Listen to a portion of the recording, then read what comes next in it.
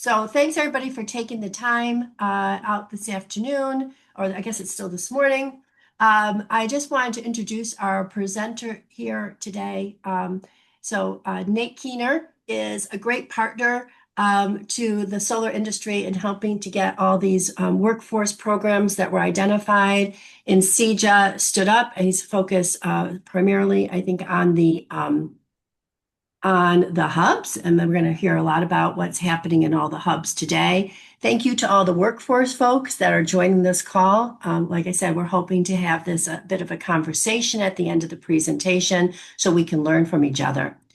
So I'm going to hand the mic to Nate. Nate Keener is the CEJA Central Regional Administrator in the Office of Employment and Training at the Department of Commerce and Economic Opportunity, or as we fondly know it as DCEO. So Nate, I think you've got the reins. Again, folks, if you have questions, put them in the chat and we'll unmute everybody at the end so we can communicate clearly with each other. Nate, the floor is yours. Awesome. Thanks, Leslie. Good morning. Thank you all for joining us today for this very important discussion. This webinar brings together employers in the solar industry with CEJA and FEJA, with CEJA Workforce Hub and FEJA solar pipeline training providers around the state for an introduction and discussion about how we can build the CEJA ecosystem together. As Leslie mentioned, I'm Nate Keener, CEJA Central Regional Administrator with DCEO. I'm joined today by my colleagues at DCEO, Larry Dawson, Northern Regional Administrator, and I don't know if Larry wants to come off mic or come off mute and say hi to folks. Thanks, Nate, and good morning, everybody. Again, Larry Dawson. I'm the Northern Regional Administrator, which is essentially the Chicago metro area. And I'm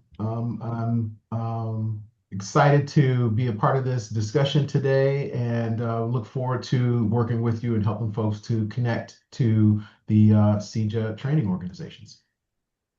Awesome. Thanks, Larry. And also on the call today, we have Michelle Cerruti, our Southern Regional Administrator. Michelle, you want to say hi? Hi, welcome everyone. It's great to be here. I'm the Southern CEJA Regional Administrator, Southern Illinois, covering the Alton area, East St. Louis, and the Carbondale. So I'm way down south. So great to be here and looking forward to hearing your questions. Thank you. Great, thanks, Michelle. And together we help to oversee the administration of the CEJA workforce grants around the state. We might also have on the call Sarah Graham and Connor Bertrand, and they help us oversee the CEJA grants, but they are also the leads for the Future Energy Jobs Act grants, the FEJA grants. And so happy to be here with you all today. So let's go ahead and dive in. As Leslie mentioned, you heard from Leslie first, and then she introduced me. One thing we would like to do is have participants place your name and organization in the chat. And if it's possible, if you could, please change your screen name so that your organization is in that screen name. Either change your name to your organization name or like add your organization name to your screen name. And to do that, if you just if you just right click on your profile, you should get this little menu here, and you can just click on rename at the bottom there and then type in your organization. We just think that would be easier for folks to be able to identify the folks on the call by their organization so they can figure out, oh, is this person, near me in my region that I should reach out to them and start making some connections. So, and if you have trouble with that, just make sure that that's clear in the chat what org you're with.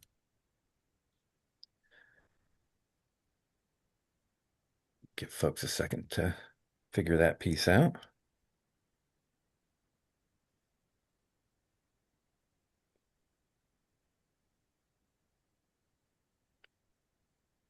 Yeah, I just did that for the first time, I think, Nate. Put my name on my profile picture, and it's pretty easy. Just click, and it's right there at the bottom of the opportunity.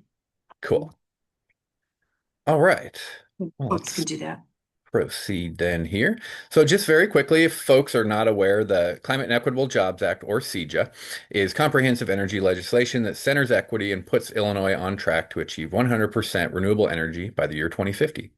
It contains a number of key provisions to move the state in this direction, like energy access and solar for all, funding for renewable energy, energy efficiency, and carbon-free power, a plan to put 1 million EVs on Illinois roads by 2030, support for fossil fuel workers, and then, of course, equitable workforce and business development, which is what DCEO specializes in and which I'm here to talk about today. And this is really how the workforce development fits into the larger CEJA initiative. Illinois is investing in clean energy sources, electric vehicles, and energy efficiency. And we need to expand the clean energy workforce to do that work. We know that some groups of people and communities benefit more from clean energy investments, and some suffer more from environmental impacts and community disinvestment. So one of the goals of CEJA is to ensure that the benefits of clean energy investments and good-paying clean energy jobs are distributed equitably. Equity is a key piece of this legislation, and our programs seek to offer training and barrier reduction, wraparound services to support equity investment eligible people around the state. And so drilling down into DCEO, here are all the CEJA programs that DCEO manages. And one of the major tasks of all of the agencies tasked with CEJA implementation is to coordinate all the components into an overall project that employs equity investment eligible people in family-sustaining jobs that build renewable energy infrastructure across the state so Illinois can meet its renewable energy goals. So each square is the CEJA portfolio for a different office here at DCEO. My office, OET, the Office of Employment and Training, we administer the CEJA and FEJA workforce programs in the yellow box on the left side of your screen. Uh, but those programs exist in a broader context, even here just within our own agency. So we want the workers trained in our programs here in the yellow box to go to work for or even start small businesses or contractor businesses supported by CEJA contractor programs in the orange reddish box here on the top. And we have some funding through CEJA to support contractor programs designed to help people start or expand businesses in clean energy industries and then win projects to build renewable energy across the state. Those contractor support programs here in this orangish reddish box are managed by the Office of Entrepreneurship, Innovation, and Technology, OEIT, at DCEO. And then the blue box on the bottom right, those are the CEJA economic development programs administered by the Office of Energy and Business Utility, or OEBU, at DCEO. And they exist to fund many of the projects that we hope will be led by contractors, supported by the CEJA contractor programs, with workers hired from our workforce training programs. And we call this the CEJA ecosystem. And I could make a really wild slide here showing how these programs then connect to the CEJA programs at other agencies, and then how those CEJA programs collectively plug into other state and federal initiatives, but nobody would be able to read or comprehend that slide. So just suffice it to say that the CEJA ecosystem encompasses a lot of programs at a lot of agencies, all working together to build out the renewable energy future for the state of Illinois. Today, we want to talk about grantees in two of the programs in the yellow box here on the left. The grantees running solar training programs as part of the Clean Jobs Workforce Network program, otherwise known as the Workforce Hubs, and the grantees in the FEJA Solar Pipeline Training Program. And just to tell you a little bit about those programs real quickly, the CEJA Workforce Hubs are programs designed to prepare people for entry-level jobs in the clean energy industry. Applicants were asked to describe a clean energy field they would like to train in. Obviously, the grantees on the call today chose to offer solar PV training. So as part of that training, they learned skills relevant to designing, installing, and maintaining solar arrays.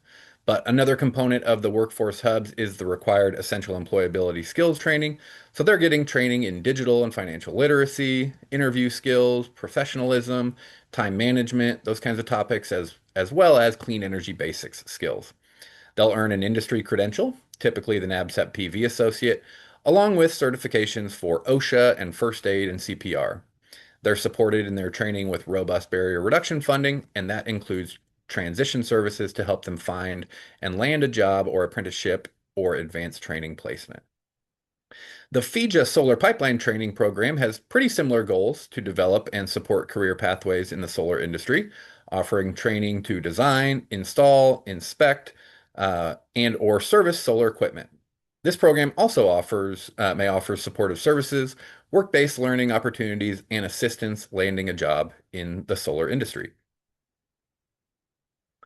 And you can find information about all of our grantees at our new website, illinoisworknet.com/CEJA. You can find grantees for CEJA as well as FEJA programs at this site. It's officially launching very soon, so you're getting a little bit of a sneak peek here, and I'll give you a very brief tour of that momentarily here.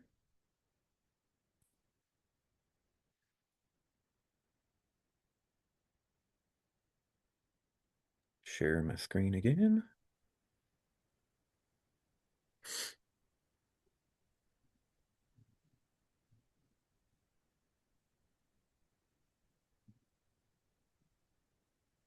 We're almost there.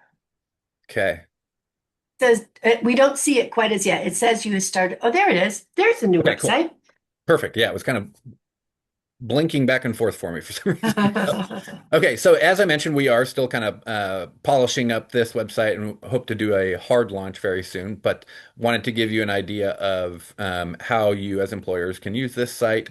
And then for the hubs, if you didn't see it at our TA session on Tuesday, give you a chance to see what this looks like and kind of how your participants will navigate to it. So we start with just some basic information about CEJA at the top here, and then we provide this little area in the middle of the screen where you can jump into the website based on who you are. So for our employers on the call, they would click here. Oh, and maybe I should show very quickly the rest of the site. So we've got more about CEJA, the main goals of the program here, a link that people can read the legislation, information about what a clean energy job is, highlighting the importance of equity and our equity priorities. And then you'll notice on our page that we're trying to drive a lot of the traffic through the navigators because the ET navigators are the main outreach and recruitment arm of the CEJA programs.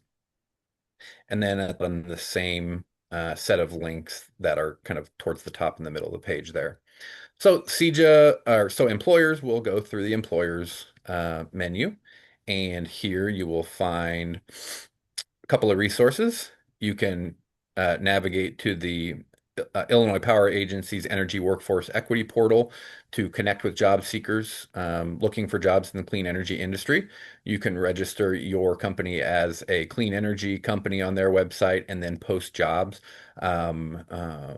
for equity investment eligible people. So equity eligible persons can then see your jobs there and apply for them. You can also find a DCEO training partner at this site. And then we do provide links to some of the other DCEO program information pages. So here's a link to our information about the contractor support programs and then the Small Business Development Center network. And then, as I mentioned earlier before, the Office of Energy and Business Utilities administers a number of grant programs to fund projects out in the communities. And so here you can get some information about those funding programs. Toward that idea of building the CEJA ecosystem, right? So we're training workers that we hope will then go work for contractor businesses, and then we hope those contractor businesses can work with their local communities to apply for funding for these projects to build renewable energy in their community. So you can, as a employer, go here and find a DCEO CEJA training partner. And here we've got all of the programs listed out. So we've got links to the FEJA programs down here, the CEJA programs here. Today we're talking about the workforce hubs. So you click on that link and you come to this site where you get more information about the workforce hubs. And then we list out the workforce hubs and their contact information. And then to further drill down, you can go down here and see, okay, who's offering solar? And here are those contacts. If they're different from above, you'll see those contacts there. But you can also see what other fields are we training in? EV installer, EV maintenance tech. energy auditing, weatherization, building inspection, HVAC. And so you can get contact for all of those different hubs there. And we have a number of those people on the call with us today. And I will jump back into my presentation here. Leslie, While Nicola. you do that, Yes. while you do that, Nate, I just want to say I am very excited about the website. It is going to be Yes. great to have all the information about workforce and how the industry gets engaged with the training programs in one place. Nice job, DCO. Nice job, you Yes, guys. yes. It's been a long time coming, but I think uh, one of the aspects of all of this is of building the CEJA ecosystem is boy, getting different departments and different agencies not just to talk and collaborate, but then to like work on the same things together. And so it definitely took us a while to get all the offices integrated here the way the ecosystem makes sense, but we are very close. So as I jump back into the presentation, just want to check with Leslie or Nicola. Can you see my notes or are you just seeing the slide? No, we just see the slide. Okay, perfect. I was hoping that would still work. Yep. Okay. So now very quickly, just want to give you a rundown of who and where our grantees are. In the northern region of Chicago and the collar counties, we have 5 solar programs. Larry Dawson is DCEO's regional administrator for the northern region, and he said hi to us earlier. We have 2 grantees for each legislatively designated region in Chicago. One of our Chicago West grantees is the 548 Foundation, and they offer solar PV installer training at 2 locations, St. Agatha's Church on Douglas and the Southwest Organizing Project on 63rd in Chicago. They offer NCCER Core, NCCER Solar, and of course OSHA, First Aid, CPR, and Life Skills. They plan to train 180 students per year across 3 cohorts. The the other Chicago West grantee is Chicago Cook Workforce Partnership. And CCWP is offering solar training through the Greater Westtown Project on Sacramento Boulevard in Chicago and at Association House on Kedzie in Chicago, Humboldt Park. Patty Prado is the contact there, and they offer NCCER training with solar components that prepare people for the NABCEP PV Associate exam.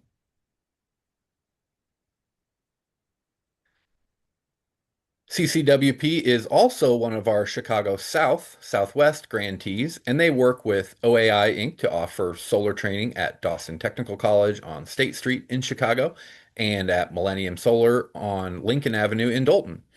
Uh, they will host 3 cohorts in a year, enrolling 45 participants. They had a cohort start in November, and they are training again in OSHA, First Aid, Building and Construction Basics, Electrical Basics, as well as NABCEP training. Nicola Hamilton is the staff who employers should contact over there.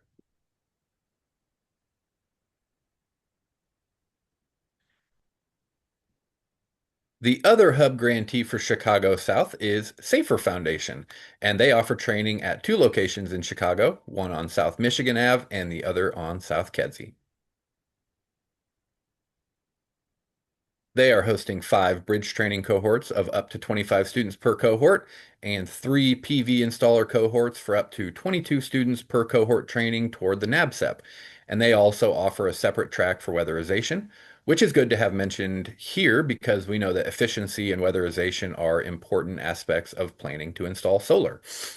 Every dollar you save on efficiency helps to reduce the cost of your installed solar.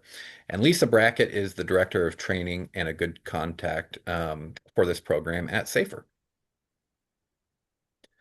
The Aurora Workforce Hub is managed by the College of DuPage, and they are training up to 4 cohorts per year starting in January with students working toward the NABCEP PV Associate credential. And you can see some pictures here of students in action. And Rebecca Barr is the COD contact. In the Central Region, we have solar programs in Decatur and Rockford, and I am the Central Regional Administrator for DCEO for the CEJA programs in the Central Region. In Decatur, Richland Community College is hosting solar training for about 15 students at a time in a roughly 5-week program that leads to the NABCEP PV Associate. And Tamika Thomas is our contact over there. Rockford's grantee, the Workforce Connection, has partnered with Zion West Enterprises to host training at the Mount Zion Missionary Baptist Church on Avon Street in Rockford. And they're doing 4 cohorts per year of 15 students each at 12 weeks each cycle. And they're training to the NABCEP PV Associate with NCCER curriculum. And finally, last but not least, our southern region. We have solar training in East St. Louis and Alton, and Michelle Cerruti is the Southern Regional Administrator for DCEO, and you heard from her a little bit earlier. Lewis and Clark Community College offers solar training at their Scott Bibbs Center location on 5th Street in Alton.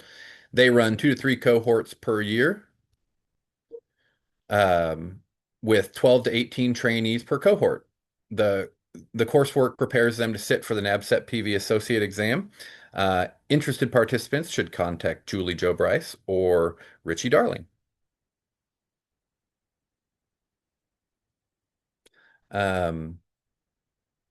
And Macedonia Development Corp leads training at the Lansdowne Center on 25th Street in East St. Louis. They're doing 3 cohorts per year with about 24 people in each cohort.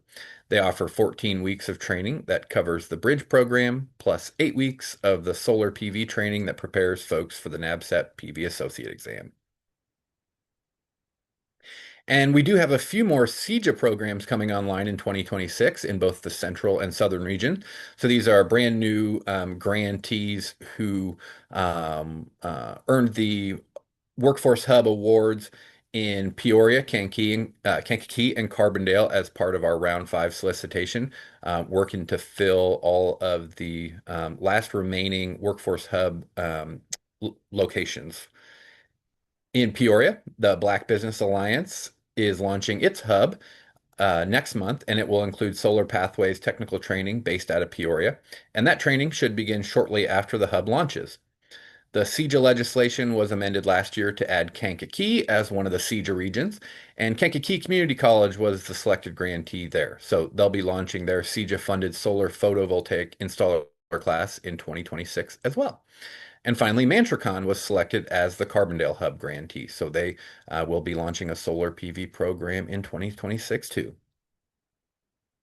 And finally, in an effort to better integrate some of the new and long-standing FEJA grantees with the CEJA team, we're also lifting up the FEJA solar pipeline training programs. We have several in the Chicago area. Community Youth Development Institute with Aaron Royster as the contact. OAI Inc. in Chicago with Sandra Dafia Gore as the contact, and Clio Community Family Life Center in Chicago with Aaron Cross as the contact. Moving outside of Chicago, the FEJA Solar Pipeline Training Program also has grantees training in solar at the Quad County Urban League in Aurora, serving DuPage, Kendall, Kane, and Will counties. Katrina Henderson is the contact there. Comprehensive Community Solutions in Rockford, William Chapman is the contact there. And finally, Illinois Central College in East Peoria, Paula Nachtrieb is the contact at ICC for their program. And that's all the grantees training in solar across the state in the CEJA and FEJA programs. So now let's chat about how we can partner and offer the best, most relevant, up-to-date, market-sensitive programs to create the most seamless career pathways for students who wish to work in the industries. What questions can our training providers answer? What questions can the employer answer? I have a few to get us in the mindset of collaboration, but please feel free to add your own in the chat or raise your hand to ask your own. So, to get us started, one that I know is on everybody's mind and may have been answered in other forums, but not knowing who's been on which calls, wanted to start with this one. What do your hiring plans look like for the next 6 to 12 months in the context of the changing federal landscape? And if Leslie or Nicola wouldn't mind helping me know who's chatting and who's raising hands with the screen share. I'm Yes, struggling a we little are bit. watching the chat. We're watching the chat. Well, Anna asks if we can get a copy of the slide deck. Yes, and we will we will share the slide deck as well as the recording to everybody who's registered and probably everybody in the industry. But she also asked Nate, when will a new website be live? Sorry, I know we're not answering your question yet, but we're working there. No, that's okay. I don't know that I have a really hard date for that, but I would guess shortly after the new year it will be hard launched. Hard launched. We're still trying to get some feedback, but I think all of the major pieces are there. But I would say hold off. I'm sure we'll send something out to say, hey, the new website is launched, and that's when we would advise kind of like then sharing it far and wide and all that kind of good stuff. Sure. Sorry, not a great, not a great solid answer, but just know we'll send something out. Okay. Yes, great. Thank you. We'll be watching for that and we'll share that out to the industry because I think this is going to just be such a great tool for all of us. So I'm kind of looking as to who is here from the industry and hoping that we could get a few people to let us know what's happening in their companies as far as training, sorry, hiring opportunities. So anybody from the industry want to kind of reveal? I think it depends what your training plans are or I'm sorry, your hiring plans are. Got training on the brain today. I know the industry's in a bit of a moment here as we transition out of getting support from the federal government through the investment tax credit, but we are so fortunate to be working and living here in the state of Illinois where there's still such great support for clean energy development and providing jobs. So does anybody have anything that they can share today about what they're thinking for 2026? Mhm.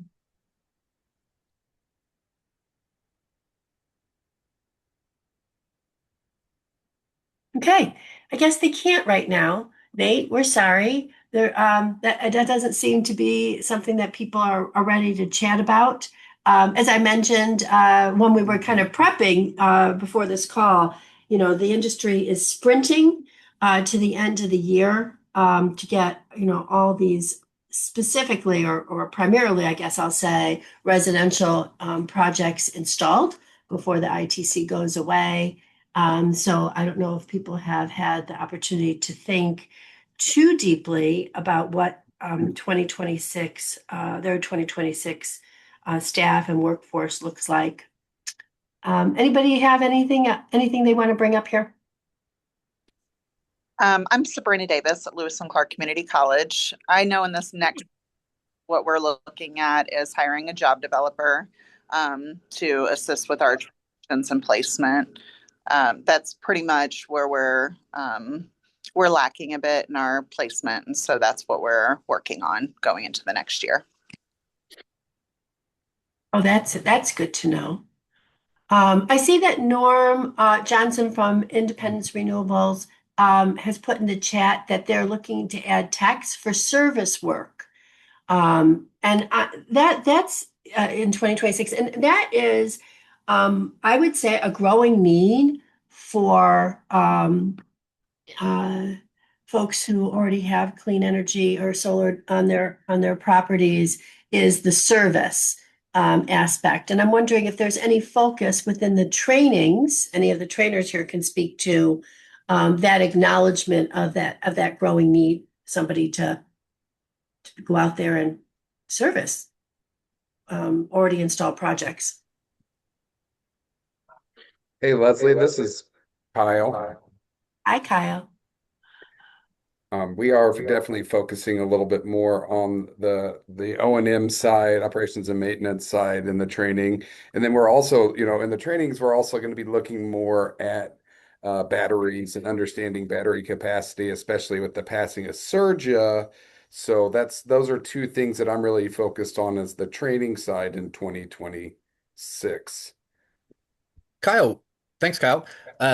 Would you or maybe you and Leslie want to talk a little bit about how kind of the changing federal landscape and the passage of CERJA might, you know, push other people to consider the same things that you're talking about there with the shift to battery training? Well, I would say there's two main things. It's going, the financing side of solar is changing because of the federal tax credit. So there's a whole new idea of prepaid leases so that the company can use the 30% federal tax credit because, commercially the tax credit's available. Um, so that's kind of, shifting from home ownership of solar to potentially leasing or PPAs. And then, when CERJA gets into place, we don't know what that looks like as far as the incentives on the batteries specifically look like. But when that starts in June, we expect to see even larger capacity. Mainly, I would say more so maybe in the commercial space, but residential, especially down in Ameren territory, there's been a lot more battery storage projects going on since net metering ended last year. Um, so those are kind of the changes in the landscape that we're seeing, and we're going to kind of, have to bring in the industry partners as far as finance to talk about how they're going to, change their style of financing, and then, looking at battery capacity, and having that discussion on the different program settings of batteries, as backup power or, to offset peak demand. So. Does that answer your question? Yeah, I think so. And I wonder if if anybody else has any thoughts on this topic as far as, you know, um, as the federal landscape changes, as CERJA comes online, um, might that suggest a change or a shift in the kinds of occupations that we're training for, the job titles that we're training for? I think I've heard anecdotally, like um, solar people from solar companies say, yeah, we might want to start looking at hiring people with more generalized background or people with solar plus efficiency or solar plus HVAC. So I just wondering if folks have thoughts on that kind of question too. Like, might we see a shift in what job titles these programs are training for to match the demand that we're going to see out in the field? I would say yes. There definitely is going to be some type of change there. Some companies are diversifying into roofs as well. That's going to be a shift if they're, hey, we're doing solar plus roofing on a, residential scale. I see a lot of companies maybe lessening their residential and going more commercial. And then, added again, you're 100% correct. Added O&M jobs, it seems to be a big growing factor since there's a lot of systems out there that may need serviced or, swapping inverters. Um, and then, the battery tech seems to be a large growing space. It's a little more specialized. But yeah, I think that there is a shift happening. Awesome, thanks. And then I see um, I'm guessing that's Clay over at KCC, uh, says that they're training for solar O&M in the advanced classes. They're also adding a solar plus storage lab to the training. So already making some moves to accommodate the shift that we're seeing in the industry. And then Norm added, that training programs should consider adding basic manufacturers, inverters, and batteries training into the program. Okay, cool. That's something that we're kind of seeing on the electric vehicle side too, is where we've got um, kind of needs for electric vehicle technicians, but then we're also seeing, well, there's also some electric vehicle manufacturing going on. And so are those two different things? Are there innovative ways to kind of combine the training for those skill sets, or what does that look like? So I appreciate that addition as well. And then Sandra says that there seems there is demand for HVAC due to the new stretch code for efficiencies. Okay, thank you for that. Um, Just to remind folks, I'm sorry, I'm not muted. Good. You can raise your hand and we're happy to unmute you. So just, Nicola, are people unmuted? Can they just speak freely? Yeah, people can unmute themselves if they would like. Yeah, Okay. so it's good to have a conversation in the chat, but maybe more fun to have an actual verbal conversation. So feel free, guys. Feel free. Any other thoughts on that previous question about hiring plans?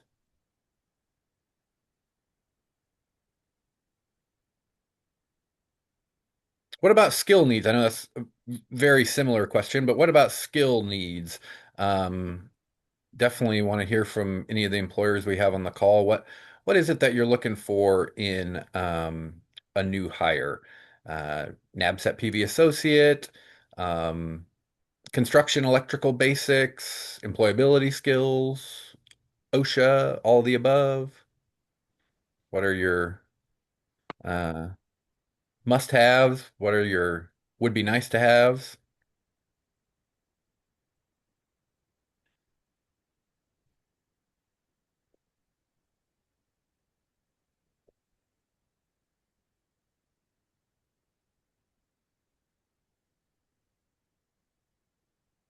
Thinking about it.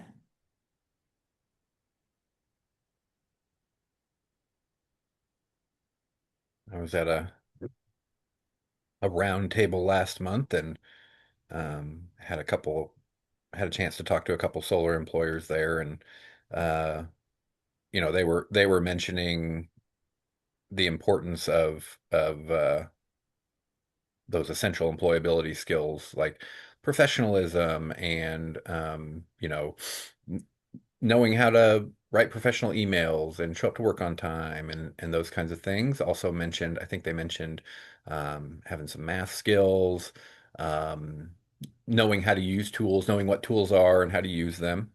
Oh, here we go. Here's a response in the chat. Yeah, I do think those, while you look at that, Nate, I do think those soft skills are, the basic um of, just being a good how to be a good employee, because I think, we're highly interested. We're spending a lot of time and money and energy to train folks, and we want them to stick, and we want them to be successful in their new positions. So I think it's just great that there's a significant focus on making sure people have the technical skills, of course, but also that they understand how to behave in the workforce. Yeah. It's only going to just help make them successful. And Cornelius Hill in the chat says they're planning to create a solar farm in Kankakee County. They hope to start construction in 2026. They're also looking to add grid resilience battery storage on their solar farm as a phase two, and wondering, is there training for supervisory roles in clean energy?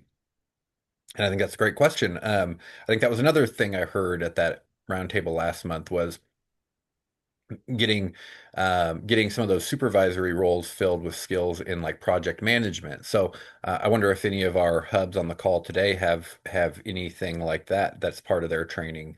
Any project management skills or training for specific supervisory roles within the industry, or ways that we can connect the solar training to some training programs like that.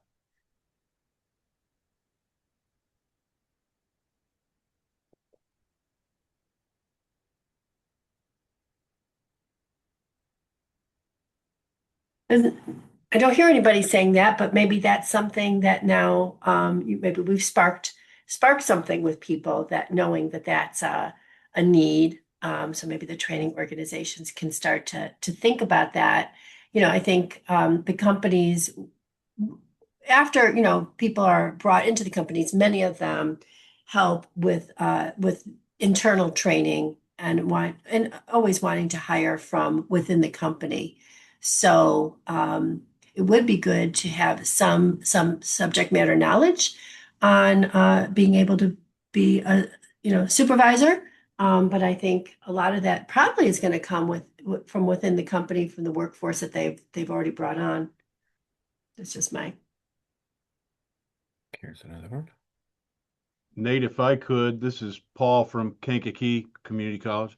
Yeah. Mr. Hill and I have met and talked about some of these things previously. As a matter of fact, we were having a private chat behind the scenes while you were speaking. So We have met each other, and this is a wonderful question that he's asking. And I just offer that in our most recent application for our CEJA hub, of course, we were focused on the workforce, the entry level, the NABCEP installers.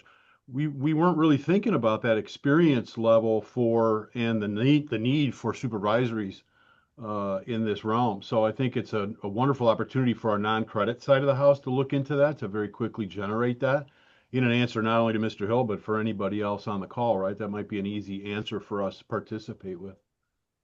As far as like looking at the non-credit side of the house? Yes, sir, for the supervisory development that we can start a little quicker and just, kind of collaborate with business and marketing pieces that we currently already have and some of the supervisory skill sets that the classes they already have in a non-credit setting.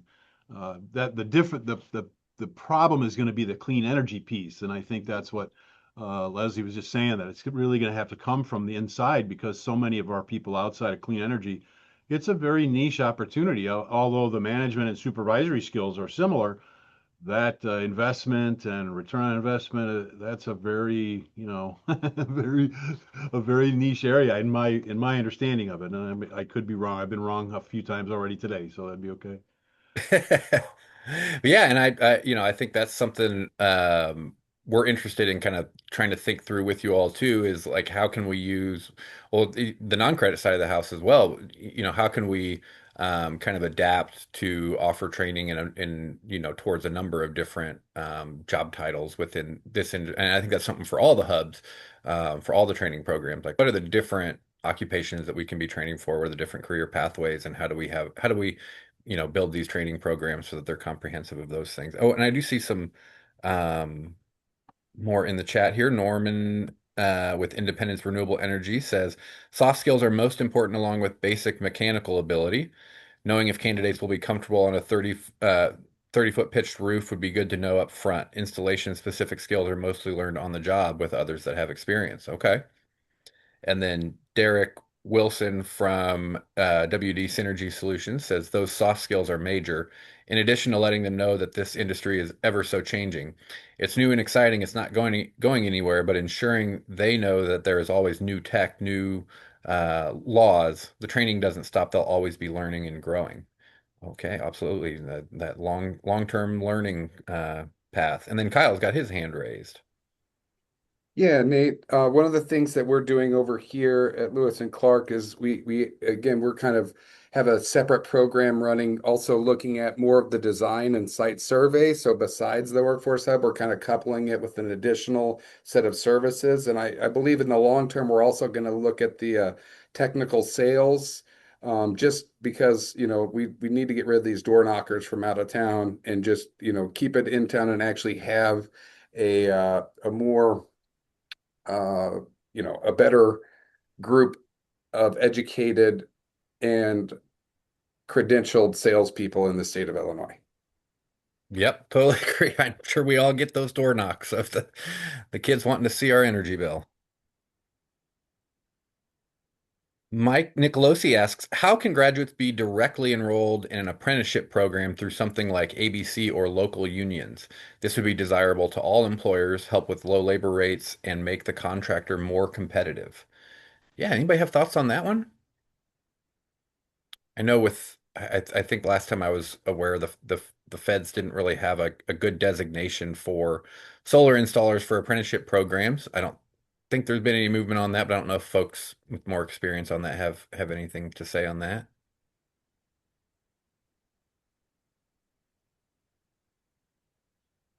But definitely Yeah, something.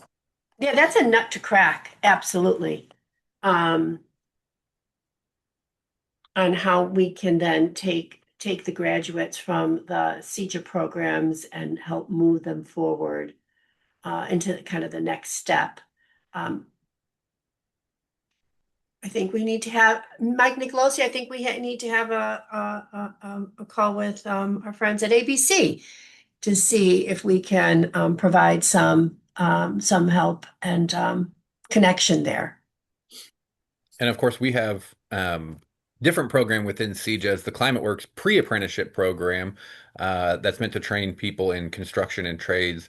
in those pre-apprenticeship programs and then place them with apprenticeship programs. And so, I don't know if that looks like, electrician training and then being placed, with a crew doing solar installs. But yeah, definitely something we're interested in and could certainly play a role in helping those students as well.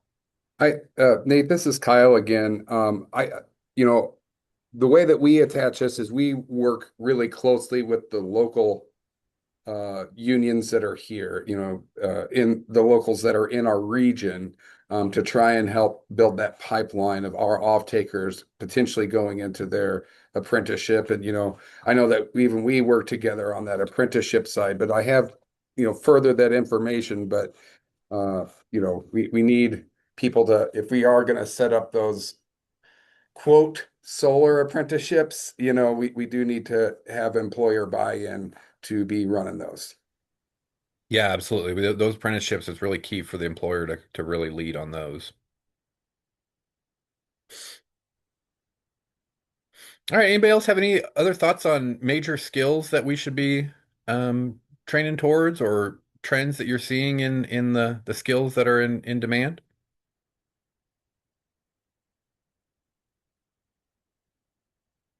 Okay.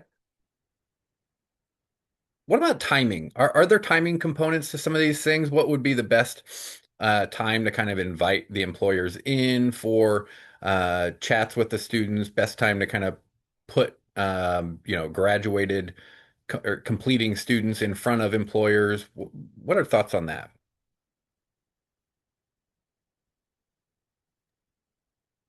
Yeah, this is a very interesting question to me. I would love to hear from the installers on the call today about timing. We want to make sure that trainees are coming out of the trainings at a time of year where, people are looking to hire. It could turn out to be quite the mismatch where, people are being graduated. I don't know. November, let's say, and there's no hiring happening at that moment in time in here in the Midwest. So does anybody have any kind of guidance? Anybody from the industry have a little guidance that they could stick in the chat as to when are you looking to hire primarily? What time of year? Like my guess is late winter, early spring. Okay, Mike Nicolosi helps us out here. Um, so May through September is when most of the hiring's happening, and Kyle agrees. So I think that's just something to consider when you're putting workforce folks are putting together their training plan. Is let's make sure that at least folks from the solar industry are going to have the best chance at getting hired at the get-go here and not have to languish until the industry is ready to bring more folks on. And then I see Norman mentioned encourage trainees to reach out um, to contractors directly. Many of the people that they've hired sought us out directly. So, and then I see Sandra asking if more of the approved EECs could be a part of these meetings. And yeah, I think we tried to cast a wide net, but as Leslie mentioned, I guess people are kind of sprinting towards the end of the year here, maybe. And but yeah, we'd love to get more folks involved in these conversations. Early spring, says Becky. Oh, and then Stephanie mentions we like employers to gauge with, I think, their trainees during the beginning of training so they can be aware of prospects. Yeah, I think that's partly what I'm trying to get at here is like, okay, what's a good timing for that kind of introduction? I guess I'm thinking like some of these programs might have people come in and do what's the day in the life of a solar installer so that people can have an idea what they're working on, and you know what does the timing for that look like, and then is there a hiring event or a career fair closer to the end of training, and yeah, so but definitely think that's a good idea to have them kind of engaged so that they are aware of what prospects they're actually training toward. Oh, and Jennifer provided a link to an IREC article about DOL approving guidelines for registered apprenticeship programs for the solar industry. Okay, cool. So maybe there has been some movement on that. Construction is a very portable business in general. Tradespeople move around quite a bit. Openings come and go all the time. And Kyle says that they're definitely doing their own career fair at the end and sprinkle in industry pros during the program. Cool. Yep. And yeah, so that construction is a very portable business in general topic. And so I wonder if that's something that we're going to see more of um, as the landscape of incentives and hiring changes. Is it going to be necessary for some of these solar programs to incorporate enough of that construction training for the grantee or for the participants to get jobs in that industry more generally, and hopefully they can get on a crew that also does solar installs or something like that. I wonder if that might be part of where these trends go. Yeah, that seems likely. I'm going to break in one more time. Yeah. See the Kyle has put in that they do, a career fair at the end of the training, and like to engage with solar professionals throughout their program.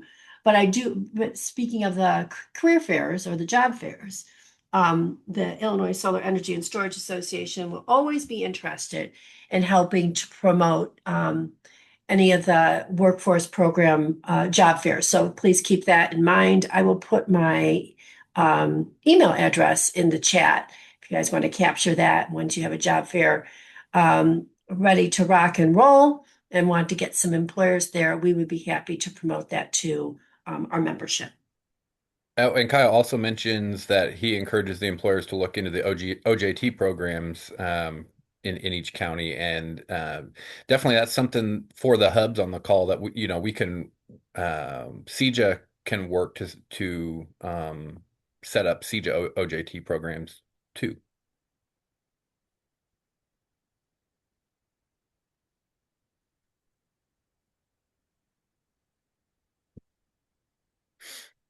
Any other thoughts? That was the last of my questions. So if anybody else has any other questions or wants to weigh in on what we've um, already been talking about, please do. And if not, we can wrap it up here pretty soon.